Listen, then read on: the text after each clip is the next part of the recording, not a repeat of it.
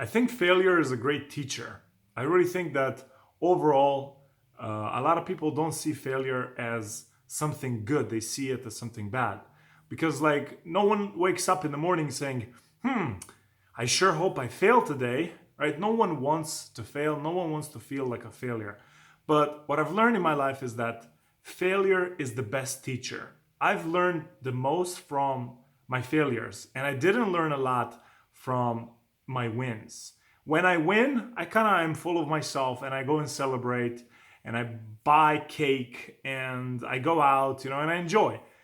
But when I fail, and I feel that acidity in my body, I have to sit down with myself and say, okay, where did I go wrong? And you really reflect back on failure much more than you do on your wins. So I failed a lot in my life, a lot. And there, as I was failing, and as I was thinking why I was failing, I realized that there was one common denominator for me as the reason for my failure. And in this video, I just want to share with you why I failed. What was the biggest thing? What was the number one thing that caused me to fail over and over again? And when I say failure, I don't mean failure like it's like game over for me, but it's more like I win and then I fail. I win and then I fail. I win and then I fail. So I had these recurring failures in my life. I had recurring failures with my body. I would get in shape and then I would get out of shape.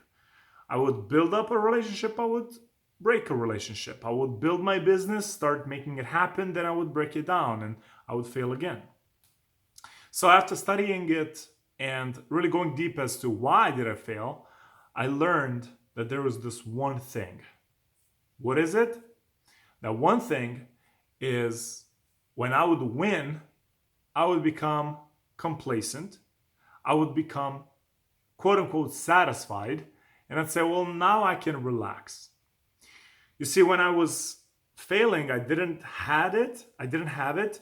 I was making it happen. I was on my path. I was doing my action steps. I was doing it daily. I had motivation. I had drive. And then when I got a little bit of a win, I started losing that drive. I started being complacent. I started looking at the birds and saying, well, what's good on TV? And maybe I want to take a break today. And maybe I want to go and just, go for a walk or take a day off. Let's just take a day off. But the problem was that when I took those days off, that one day became 2 days, became 3 days, and then I was having more days off than I was working. And suddenly I found myself back at square one. Same with my body. I would build it up, I would work like crazy on it, and then when I started having results, I'd say, I look good, I can relax now. And then I would go back and eat what I ate. I would stop going to the gym as frequently, and slowly and surely I would go back into my old body. So this taught me where my mistake is, where the reason for my failure is. And that is, very simply put, I would say that I'm going to do something and then I wouldn't do it. I would find a way to distract myself, either with social media, either with watching YouTube, either with watching television, either with going out and just spending my free time, going to the mall, or like something very, very stupid would steal my time. And then at the end of the day, I wouldn't have anything to show for it. Okay. So the reason why I failed was not making myself do the things that I said I'm going to do. It was my laziness that caused my failure. And what is kind of hard about this is that, and what this was very hard to discover for me, was that I had so many wins in between that I thought I was winning. And I couldn't see the pattern overall. Because years would pass and I would still have wins and then losses, wins and then losses, wins and then I would wake up and I was like, oh man, I feel like a loser. And then I would start working and then I would win. And then I was like, oh, now it's okay. I got to go watch the birds. Then I would go down. And then again, I would repeat the cycle. So what I've learned is that when you are winning, don't do anything different than when you are losing. Keep at it. Keep doing your action steps.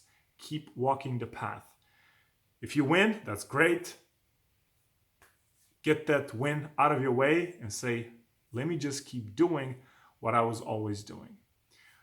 So if you want to win, ask yourself, where are you not persistent enough? Where are you not doing the action steps enough? When I was working at an insurance, I started when I was 19. Just a quick story. I had quote unquote persistence in time. And my mentor told me there's a difference between persistence in time and persistence in action. Persistence in time is just that you say, I didn't quit. I still go to the gym every now and then. I still have my gym membership, but I didn't actually stick to my schedule.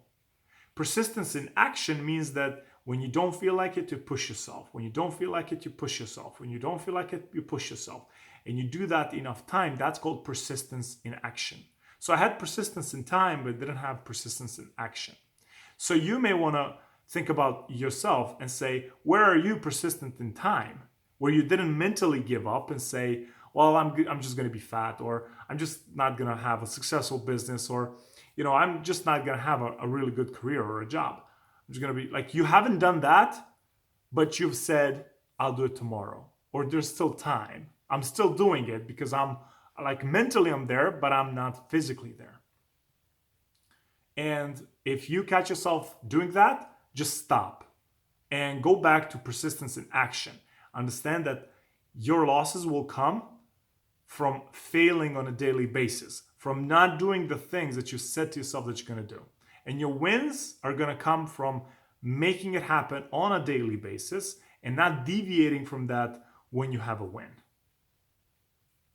I'll speak to you soon.